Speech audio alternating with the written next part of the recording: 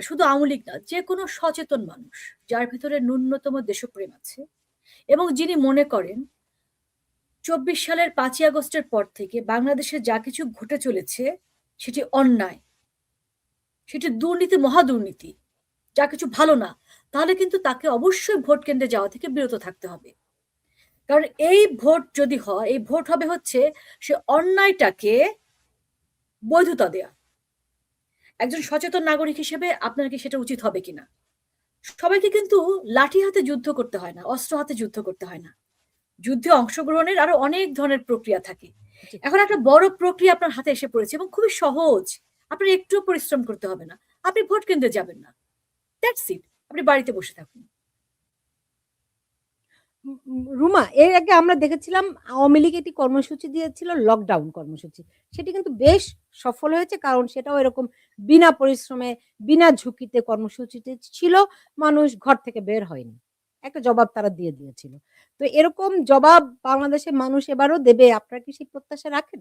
আমি তো আমি আমি রাখি এই কারণেই যে মানুষ কিন্তু এখন বুঝতে পেরেছে। হ্যাঁ, ওইভাবে ভয়েস রেজ করছে না অনেকে। কিন্তু অনেকে আবার ভয়েস রেজ করতে শুরু করেছে। আমরা আ ৫ আগস্ট, ১০ আগস্ট, ১৫ আগস্টও যাদেরকে দেখেছি ইউনুসকে স্বাগত জানিয়েছেন। এই যে আমি যদি আনিস আলমগীরের কথা বলি, আমি যদি মনজুর হাসান পান্না ভাইয়ের কথা বলি, আমি যদি সেই আ আমাদের মানে আরো মাসুদ ভাইদের কথা বলি বা আর বাকি যারা আছেন প্রত্যেকেই তো হ্যাঁ, হ্যাঁ, মাসুদ কামাল। প্রত্যেকেই তো স্বাগত জানিয়েছিলেন। তো তারা কিন্তু বুঝতে পেরেছেন এবং অনবরত ইউনূসের এই অবৈধ সরকারের সমালোচনা করে চলেছেন। জেল পর্যন্ত খেটে এসেছেন। জেল খেটে এসেও কিন্তু বিরত হন নাই। কারাভোগ করার পরও তাদেরকে নিবৃত রাখা যায় নাই। তো এই মানুষগুলো কথা বলছেন, বাকিরা নন কেন?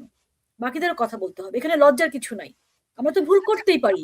আমি বুঝতে পেরেছি। আরেকটা জিনিস আমি শেষ করব। সময় প্রায় দ্রুত শেষ হয়ে আসছে। সেটি হচ্ছে আওয়ামী লীগ আসলে কি করছে? তাদের ধরেন, ঠিক আছে, এই সরকার মানে সীমাহীন অন্যায়, আ দুর্নীতি, অপরাধ তারা করেছে। সেই অপরাধ বাংলাদেশের মানুষের সঙ্গে করেছে, বাংলাদেশ রাষ্ট্রের সঙ্গে করেছে। আওয়ামী লীগের কি নিজেদের কোনো সংশোধনী আছে কিনা? সংশোধনী বলতে আ আ ধরেন ২৪ এ তারা কি করেছে? তাদের এই এই আন্দোলন মোকাবেলায় তাদের দূরদর্শিতার ঘাটতি ছিল যেগুলো, হুম, হুম, হুম, হুম। বুঝতে পেরেছে কিনা? তাদের ভেতরে থেকে জামায়াত যে এত বড় ডালপালা প্রসারিত করে শাখা-প্রশাখা বাড়িয়েছে, একেকটা মহিরুহ হয়েছে এবং তার পেছনে আওয়ামী লীগের নেতাদের, মন্ত্রীদের, বড়, বড় নেতাদের যে মদত ছিল, পৃষ্ঠপোষকতা ছিল, সেই জায়গাগুলো কি আওয়ামী লীগ চিহ্নিত করতে পেরেছে? আওয়ামী লীগ একটা গণমানুষের দল। সেই গণমানুষের দলকে গণমানুষের কাছে ফিরে যাওয়ার জন্য তারা তো কি ন্যূনতম কোনো প্রস্তুতি এ পর্যন্ত নিয়েছে?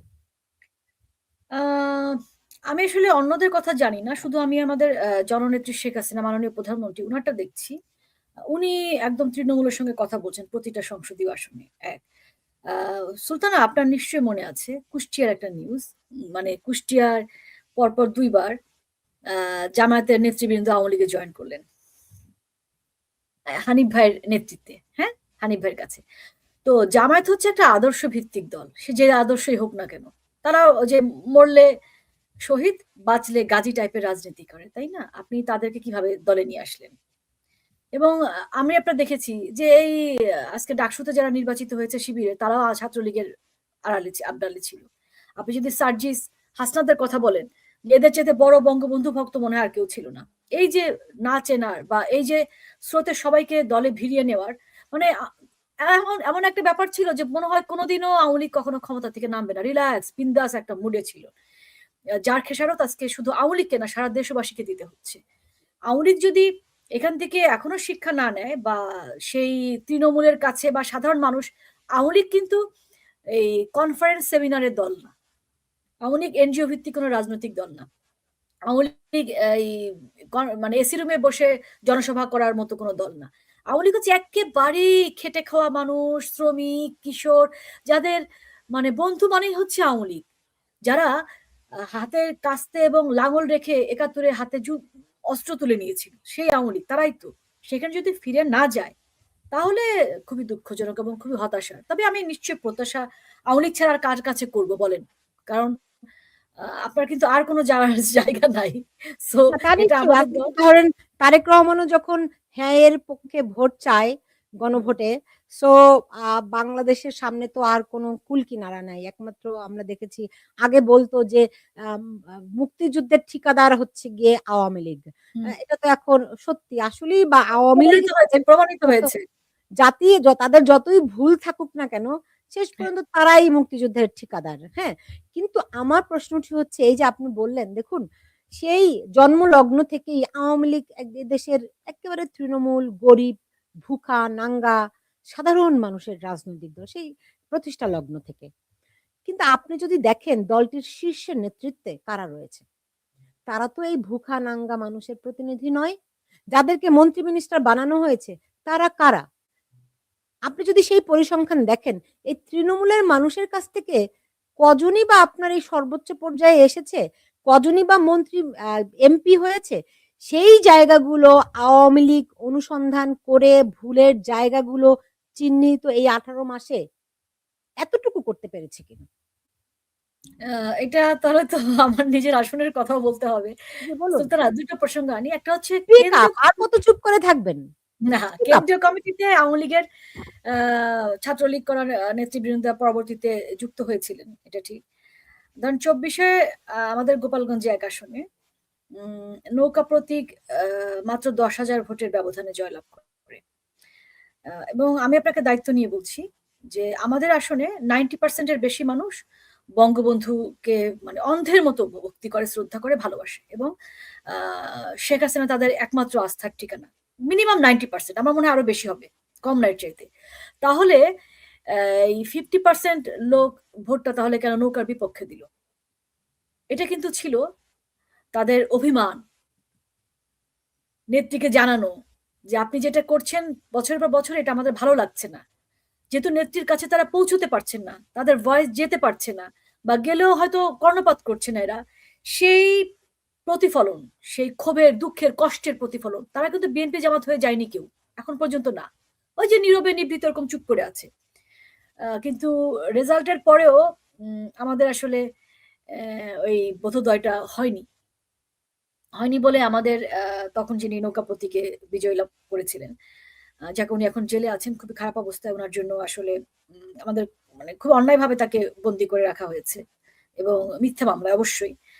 আ কিন্তু শুধু তো উনার কারণেই মানুষ বিক্ষুব্ধ ছিলেন তা না। উনি এবং উনার পরিষদের কারণে মানুষ বিক্ষুব্ধ ছিলেন। এটাই সত্যি। উনার পরিবারের কারণে। উনার আত্মীয়স্বজন বা উনার যে পরিষদ ছিল, যে গ্রুপটা ছিল। ব্যক্তিগতভাবে আমারও উনার প্রতি কোনো ক্ষোভ নেই। কর্নেল ফারুক খান, হ্যাঁ। তো সেই উনাকে পরবর্তীতে মন্ত্রী করা হয়েছে। তো এই যে তার মানে কি? এই যে অর্ধেক সংখ্যক লোক ৫০% যারা তার বিপক্ষে ভোট দিয়েছিলেন, তাদেরকে কিন্তু তাদের যে ভয়েস, ওই ভয়েসটাকে কিন্তু মূল্যায়ন করা হয়নি। বরং অসম্মান করা হয়েছে। ডেকে কথা বলা যেত। কি হয়েছে জানা যেত, বোঝা যেত। কখনো কেউ এসে জিজ্ঞেস করেনি। কোনদিনও না। যে তোমাদের কিসের দুঃখ? কেন তোমরা এরকম করছো?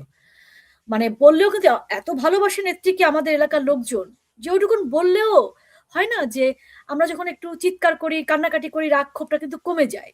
সেই আ মানে সেইটুকুন অ্যাটেনশন তারা কখনো পায়নি। সেটুকুন নোটিস করা হয়নি। তো এই অবস্থা যদি থাকে প্রতিটা আসনে, আমি শুধু আমার আসনের কথা বলছি। এটা নিশ্চয়ই অন্যান্য আসনেও নিশ্চয়ই এরকম ঘটনা আছে। তো এই আমাদেরকে আসলে মানুষের কাছে ফিরে যেতে হবে। একদম কোন সুলতানা মানুষ এখন অনেক সচেতন হয়ে গেছে। সারা বিশ্ব মানুষের হাতের মুঠোয়। অন্যান্য দেশে রাজনীতি কেমন করে চলে আমরা যে আমরা এখন ইউএসএ আছি আমরা জানি। যে মানুষ কিভাবে কতখানি ভোটারদেরকে মূল্যায়ন করে। আরেকটা কথা বলি সুলতানা খুবই গুরুত্বপূর্ণ। আমাদের দেশে যারা নেতৃস্থানীয় পর্যায়ে চলে যান, এই ধরনের এমপি যারা হন, সবার কথা বলছি না কিন্তু। আমি অনেক ভালো এমপিকে জানি যারা একদম এখন পর্যন্ত প্রতিদিন সারাক্ষণ দেশের তার সংসদীয় আসনের আ নেতাকর্মী বা সমর্থকদের সাথে কথা বলে যাচ্ছেন।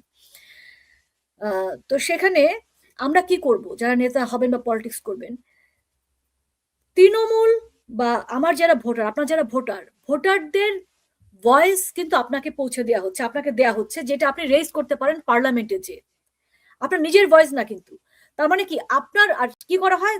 নেতার নিজের মতামতটা তার কর্মী সমর্থকদের উপর চাপিয়ে দেওয়া হয়। তাদেরকে যো হুকুম জাহাপনা বলতে হয়। অথচ হওয়ার কথা ছিল উল্টো। কর্মী সমর্থকদের মতামত অনুযায়ী কিন্তু নেতা চলবেন। ব্যাপারটা তো এরকমই হওয়ার কথা। টু ওয়ে কমিউনিকেশন সেটা তো বাংলাদেশে কোনো ক্ষেত্রেই নাই। না, ফিরতে হবে, এখানে আসতে আমি হবে। আরেকটা আমি আমি আমি আরেকটা প্রশ্ন আপনাকে করছি। দেখুন, যেকোনো জায়গায় আপনার যখন একটা বড় ধরনের ব্যর্থতা আসে, যারা দায়িত্বপ্রাপ্ত থাকেন তারা আপনার আ জায়গা থেকে সরে যান। নতুন নেতৃত্ব বা নতুন প্রতিনিধি আসে, তাই না?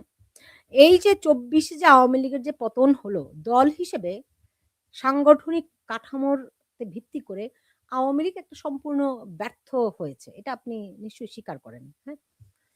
সেইখানে যারা দলের দায়িত্বপ্রাপ্ত ছিলেন, দলের সাধারণ সম্পাদক থেকে শুরু করে প্রতিটি ব্যক্তি, তারা কি এখন পারেন না নিজের যদি দলকে তারা সত্যিই ভালোবাসেন, না, তাহলে তাদের ভালোবাসেন এটা নিয়ে সন্দেহ নাই। কারণ ওকে, তো আপনি যদি ভালোবাসেন, তাহলে এই দলের উন্নয়নের জন্য, এই আ দলের যদি আপনি বাধা হয়ে থাকেন, আপনি কেন সরে যাচ্ছেন না? এই কথাটি আমি বলছি, আপনারা আবার ভেবেন না যে আমি শীর্ষ ঠিক আছে। নেতৃত্ব বা শেখ হাসিনার প্রতি বলছি। কারণ শেখ হাসিনাকে তৃণমূল একমাত্র শেখ হাসিনাকেই গ্রহণ করে। শেখ হাসিনার প্রতি তাদের অগাধ বিশ্বাস, তাকে বাদ রেখে দলের পরবর্তী যে স্তর ছিলেন, যাদের দায়িত্ব ছিলেন, তারা তো ঘোষণা দিতে পারেন যে, ঠিক আছে এই যে ঘটনাটি ঘটেছে, আমরা অনেকদিন ধরে দলের দায়িত্বে ছিলাম। পুরো দায়িত্ব আমরা মাথায় পেতে নিয়ে আমরা পরবর্তী স্তরে যারা রয়েছেন তাদেরকে উপরে নিয়ে আসি। যারা সত্যি দলের তৃণমূলের সঙ্গে কানেক্টেড তাদেরকে উপরে নেতৃত্বে নিয়ে আসি। এই কাজটা আপনি বলছেন তারা ভালোবাসেন দলকে। তাহলে এই কাজটি তারা করতে বিলম্ব করছেন কেন? তারা তো এমন দলের চিন্তা না, উপদেষ্টা এটা হয়েই একটু থাকতে আপনার পারেন। সাথে একটু আমি দ্বিমত করছি। সেটা কি, ওই যে নিয়ে আসেন ব্যাপারটা না। দলের প্রতিটা পর্যায়ে গণতন্ত্রকে আসলে এস্টাবলিশ করতে হবে, প্রতিষ্ঠিত করতে হবে। শুধুমাত্র আমি নির্বাচনের নামে দেশের জনগণকে, ভোটারদেরকে অন্তর্ভুক্তি করে এটাই গণতন্ত্র, তা না, না। না, না, আমার না, না, দলের না, না, বাইরে রুমা আপনি আমার কথাটাই বুঝতে পারেননি। আপনি কাউন্সিল করেন। আওয়ামী হ্যাঁ, লীগ হ্যাঁ, তো হ্যাঁ, একমাত্র দল সেটাই। যারা কাউন্সিলের মাধ্যমে নেতৃত্ব নির্বাচন করেন। এখন ধরেন ওবায়দুল কাদের তিনি ৩ বার পরপর ৩ বার সাধারণ সম্পাদক পদে প্রতিদ্বন্দ্বিতা করেছেন। বিনা ভোটে বিনা প্রতিদ্বন্দ্বিতায় নির্বাচিত হয়েছেন দলের কাউন্সিলে, তাই না? তো ও আওয়ামী লীগ তো একটা নিয়মতান্ত্রিক দল। তার কর্মীরাও কখনো তাদের সিনিয়র নেতাদের অসম্মানিত করে না। অসম্মানিত করে না দেখেই তো ওবায়দুল কাদেরের বিরুদ্ধে কেউ প্রতিদ্বন্দ্বিতা করেন নাই। তো এইটুকু বুঝতে কি তাদের রকেট সায়েন্স বুঝতে হয়? যে তাদের কর্মীদেরকে তাদের পরবর্তী যারা উঠে আসা দরকার তাদেরকে জায়গা দেওয়া দরকার? না, এটা তো ঠিকই বলেছেন আপনি, এবং যার ফলে আওয়ামী লীগে আপনি দেখেন যে ছাত্রলীগের খুব ডাকসাইটে নেতারা, তাদেরকে আসলে কোথাও দেখা যায়নি, পরবর্তীতে আর দেখছি না। বা ইয়ে এবং রুমা আপনি আপনার পান্না ভাইয়ের কথা আমি পান্না ভাইকে তো ব্যক্তিগতভাবে চিনতাম। তার মতো মানে নিখাত রাজনীতিবিদ দলের জন্য তিনি কি না করেছেন। শেষ পর্যন্ত তার চব্বি আ পা পচি ইয়া আগস্টে তার মৃত্যু পর্যন্ত হলো। পান্না ভাই কি পেয়েছিলেন? তার কি নেতৃত্বে কোনো ঘাটতি ছিল? তিনি তো ছাত্রলীগকে নেতৃত্ব দিয়েছেন। এরকম ছাত্রলীগের কয়টা নেতা আজকে রাজনীতিতে উচ্চ পর্যায়ে আসতে পেরেছে? বলুন আমাকে।